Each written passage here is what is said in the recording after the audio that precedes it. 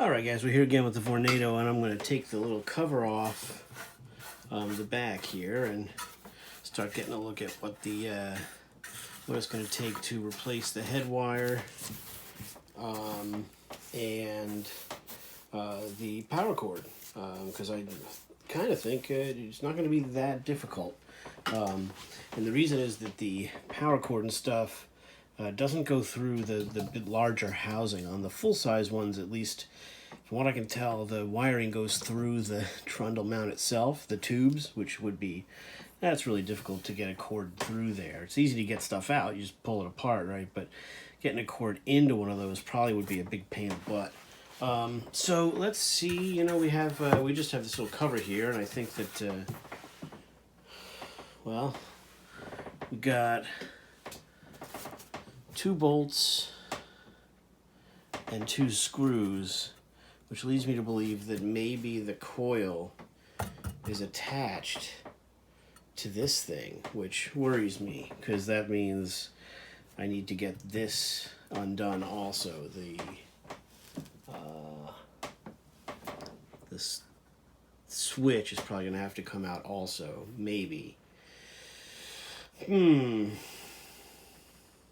Well, let's see. I'm going to unscrew the screws. You can see this one more clearly. Now let's see how much of this is connected. It must be. It's got to be. The coil has got to be connected to this. Bummer.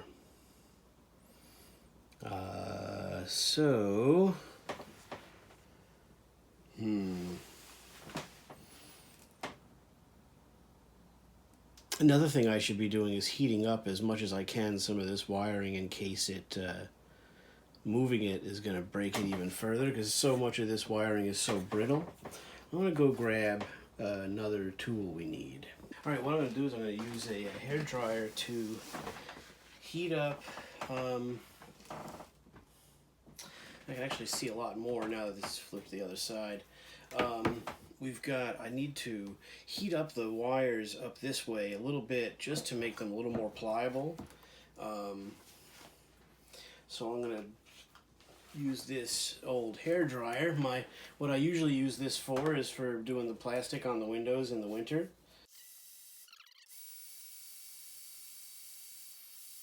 Should be decent. Just hoping that way when I pull this down from here, the wires don't break any more than already are. Because I don't want to have to rewire this all the way up to the switch and everything. I really just want to replace the power wire and the head wire. I'm hoping that's fairly simple. And there we are. Alright, here's our coil. Everything looks nice. I wish this was a little simpler. We got the gray was the power cord, and the brown is the head wire up to the motor. So we just want to, that looks crazy. So yeah, I'm not that psyched about all this. So I guess now is the time, I suppose, to take the cap off and see what we got going on in here, and see if we can backtrack this. It's non-polarized, so it shouldn't matter. I just want to be really careful to put this back, when I replace the brown wire, which is from the coil to the motor, that I do that correctly. So yeah, we got our work cut out for us. There's some electrical tape in here. Who knows who did what here? I'm not that psyched about it. Maybe we can leave part of this wire and only wire, I don't know, we'll have to figure out what we're gonna do. So I'll be sitting here scratching my head for a minute. Alright, I think I might be able to save myself a little bit of trouble and just wire to this wire, the brown wire, down underneath. I think we can do that without making too much trouble for ourselves, without taking apart the rat's nest that is right by the switch there. I hope this comes out pretty easy. The cap rather comes off fairly easy. It looks like it should. Let's find out. Yeah, okay, that was pretty easy. So yeah, we got pieces of this cord coming off here. So yeah, we got some wire tie here, some old-fashioned electrical tape. I'm not sure. Oop, this is sharp. Yeah, okay. Yeah, it wants to bite you. She'll bite you. So anyway, not too dirty back here. And you can see what we need to attach to right there. So look, it's not so bad. And if we just measure, I'm going to measure the amount that I need from here down to the basic area, and we're going to, I think we're going to be able to do this. Alright guys, here's what I'm finding so far. I don't know, there's some things that tell me this has never been worked on electrically, like this clip that's on there, if that's original. Anti-pull-through. It's also really difficult to get off of here. I'm struggling with it a little bit. Now, the only other thing this is a bit of a crazy thing. I'm going to have to do a lot of more than I wanted to here. But the biggest problem is that there's an extension for the power wire going into the switch, and it's pretty loose from its solder's point here, so that's pretty bad. Everything's soldered to the switch. I hadn't really planned on that. I guess I should have known. So that is something. I'm not a great solderer. And it also kind of means that it might be smart to take the switch off of the fan. I really don't want to change too much or move too much around. These 3 wires are your 3 speeds, obviously, from the coil. One of which, yeah, they've just extended. They've got, this is wire nutted together, but that's just an extension to bring that one. This one goes up here, and that one goes to the switch also. So that's direct. So maybe the direct one is high. I don't know. Because that seems to go also to the switch over here. So that's 3 wires into one right there. And then our out, I assume, from the motor is here, where the power cord goes direct to the head wire. And then up here, again, I'm finding an awful lot of electrical tape here, guys. I don't know if that's normal or if that just does tell us that this was rewired by somebody at some point. A lot of other work was done to it. Well, at least that one repair that we've seen over here. So who knows and who cares? All that matters is that we get it back together correctly the first time. So I'm going to keep messing with it. I keep heating up the wires so they don't crack any further. But I'm going to definitely have to repair that. But maybe I'll just use one piece, unlike what they did. I mean, I can see why they did it. This was all done so that the switch could be wired ahead of time, maybe, and then everything's assembled separately, right? That kind of makes sense. I don't have to do it that way, so maybe I'll just do direct instead of have the little connection in there. We'll see. I don't know. Interesting thing to think about. We'll see what happens. Alright guys, we're getting close here. I've got my drawing. I don't really draw a professional schematic. I just draw what I need to know. And what I've figured out here is that from the coil, we've got just a connection, but this goes direct to the bottom one. This goes direct to the next one. And then to the third, we got from the coil, we got a 3 connection, 3 wires into one wire nut. The coil to the wire nut to the third, or the first, whatever you want to call that, and then the power to the wire nut. The power also goes to this is the head wire. The other side of the head wire goes to the power cord, and then the hot side of the power cord goes here.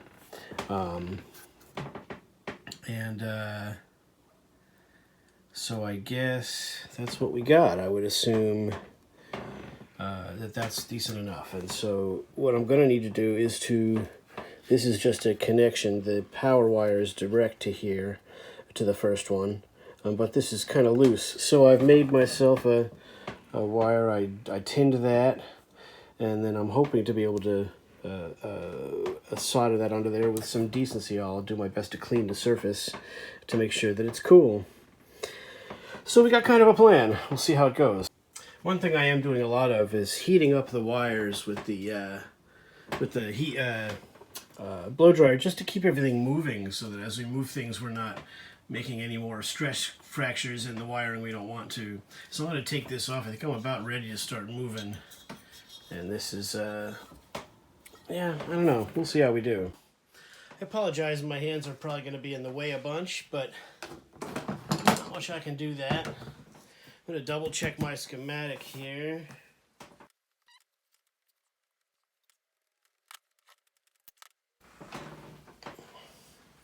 There you go.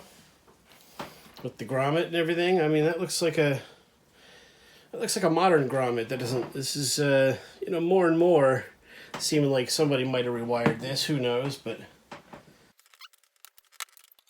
it's that clip. This had a metal clip on it. That's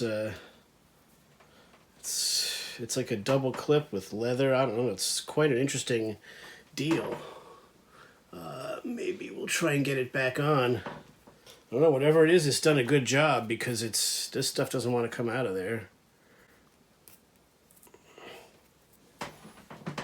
Oh, yeah, look at this thing. This little horseshoe clip thing. I think we're going to try to reuse that if we can. It's basically just a lock so that the cords don't get pulled through. Yeah, we'll try and reuse that if we can.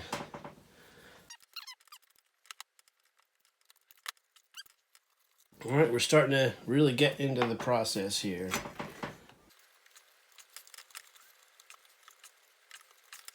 There we go. There's your garbage. Again, we did find a bunch of electrical tape in here. What is surprising is that the lead off of the coil is a single piece of wire, which is a little surprising. Little sandpaper. I'm going to try to clean off that individual singular wire. Let's get a little warmth in here. All right.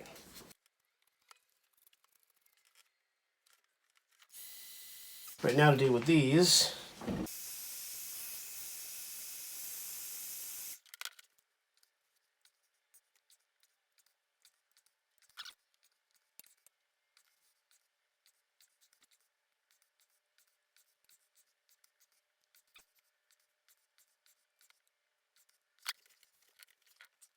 This does have an automotive, one of these. This one here is an automotive type, which that might be original, but all this electrical tape that we're finding, it can't be original. I mean, come on. They didn't do those in the factory like that. All right, one thing I want to do is not lose our little weird clip from the inside. And just because I'm it's easy for me to lose things, so make sure that gets dealt with.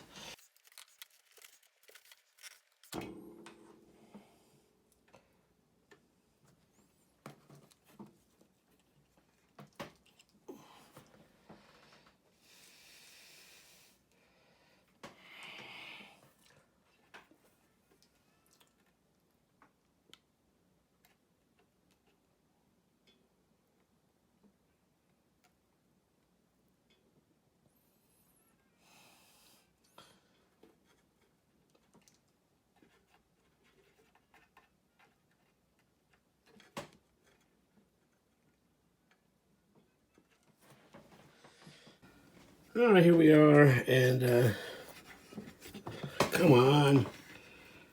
And we got a good connection there, so that's all we were. Come on. So we got ourselves a good connection for that. This might be a little too long, but we can adjust that as needed, but we got our connection soldered on pretty good. So that's enough for me, and we'll keep going while it's still fresh in our head. I really want to get this done in one shot, because otherwise I'm just going to forget how everything is supposed to go. So let's keep pushing forward. First thing is to remember to put the cord through this. We got to make sure we don't forget that. I'm going to leave it off for now. I'm going to use a couple of small, I have the small gray size. It's the only size I have. I'm sure my arm is in the way of your shot, and I apologize for that.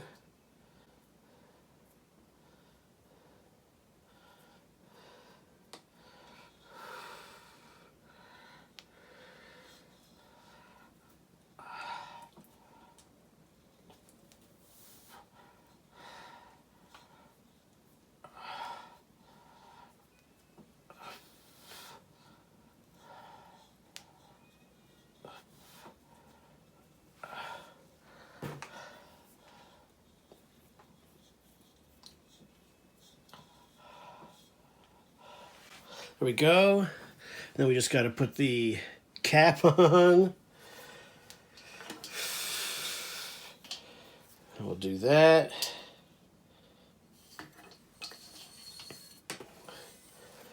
Whoa!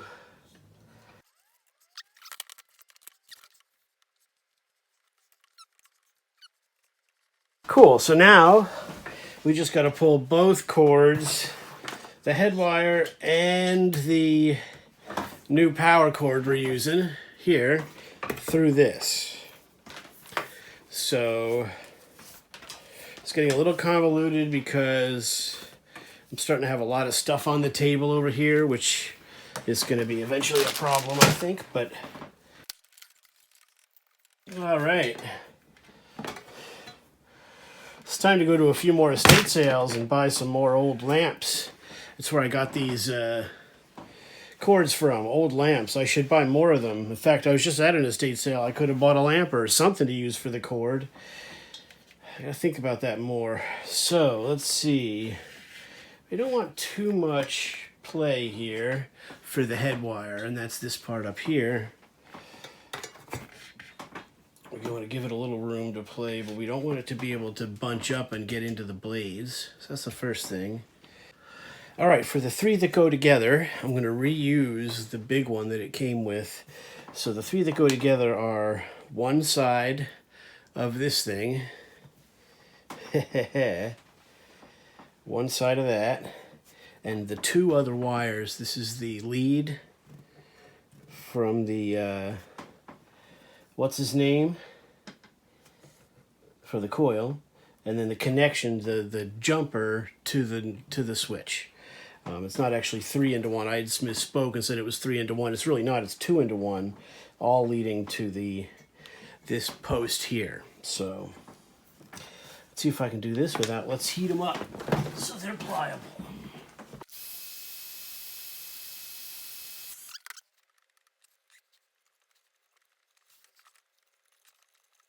All right, that seems to have worked. Hoi. And then the only other thing to do is these two together. And I think I grabbed one of those little guys, but I might have lost it by now. So we'll just grab another one. The power cord to the white and to the brown. So I need 2 of these. Again, these were just taped together. I don't know who did that, if that's a factory job, if they did it that way. I doubt it. So we've got to strip this guy. That's already split. That's nice.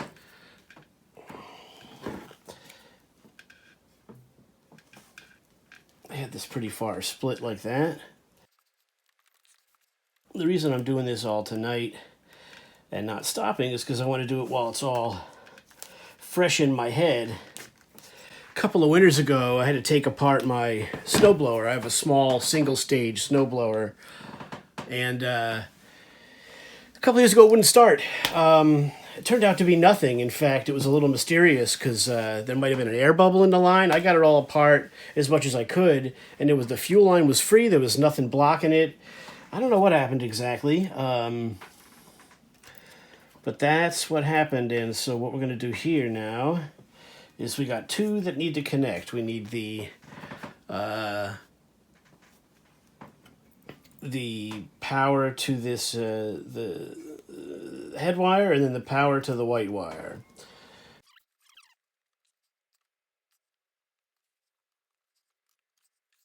That looks good. Now we got our white wire to our other side of our power cord, and I think we're there.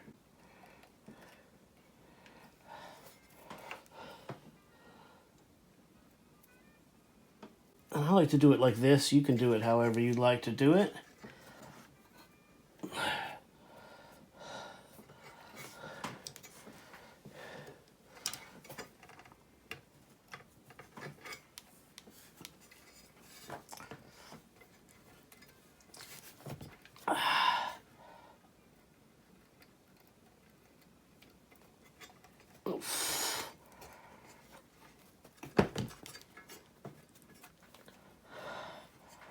Almost.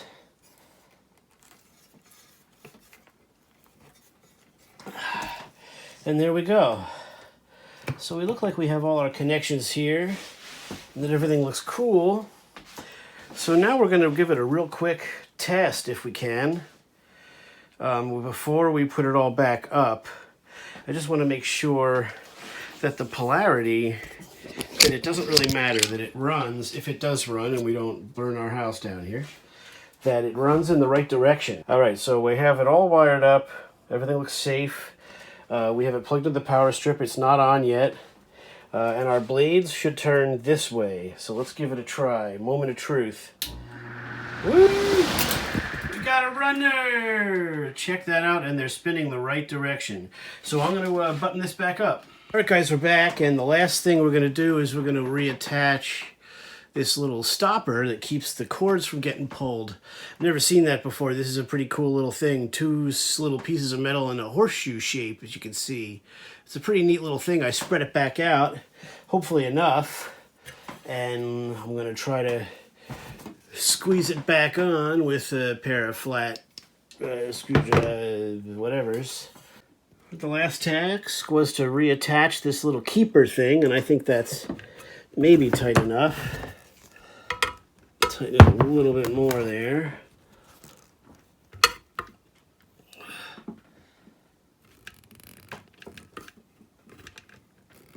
Yeah, and that should be pretty decent. So let's flip it back over, put a little oil in it, and give her a run.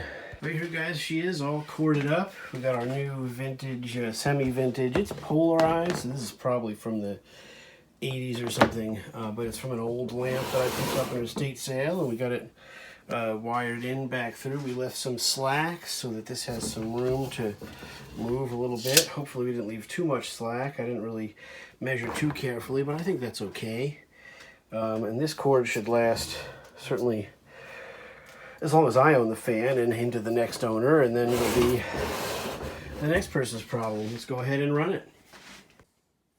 All right, we'll hit it. I guess the first speed will be high. And high it is. Woo! Medium. Still quite powerful. Low. A little quieter on low. Slows down quite a bit. Ooh, as the coil warms up, right? Pretty quiet. Again, it's got a little. It's a pretty low, quiet, medium, and then high. Well, it's quite a powerhouse. Let's go back to low.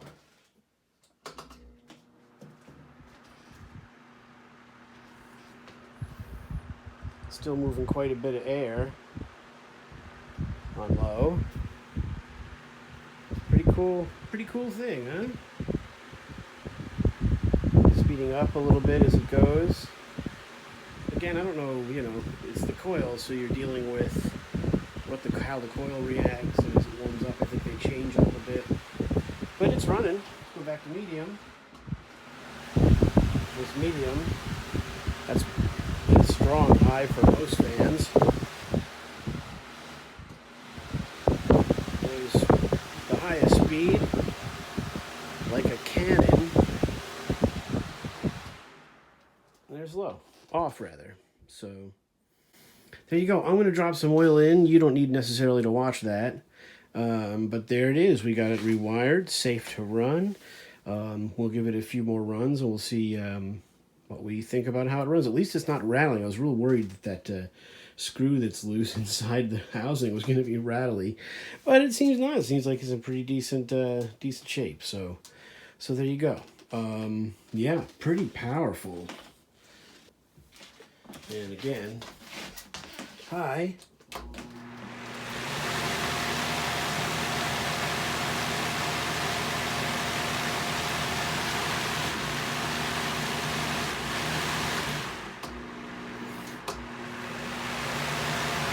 Really not much difference between medium and high. Tiny bit. It's really low where you get the difference in speed.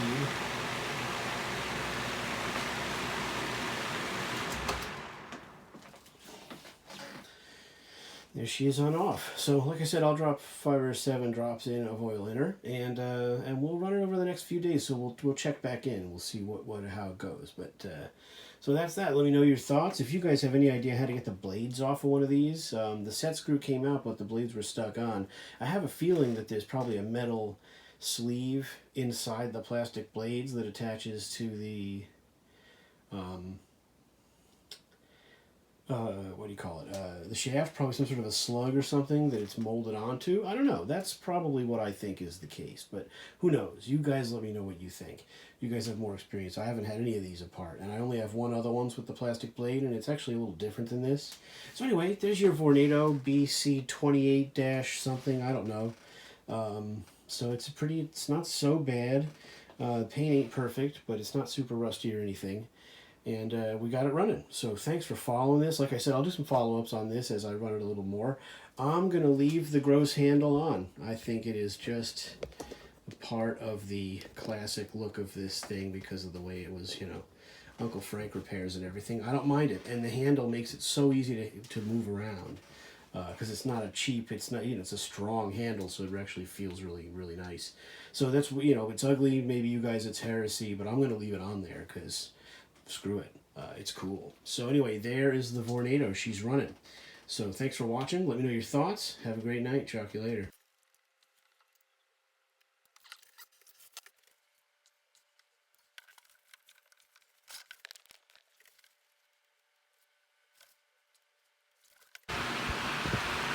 She's running nice after having been oiled. Let's run it up to high and do a spin down.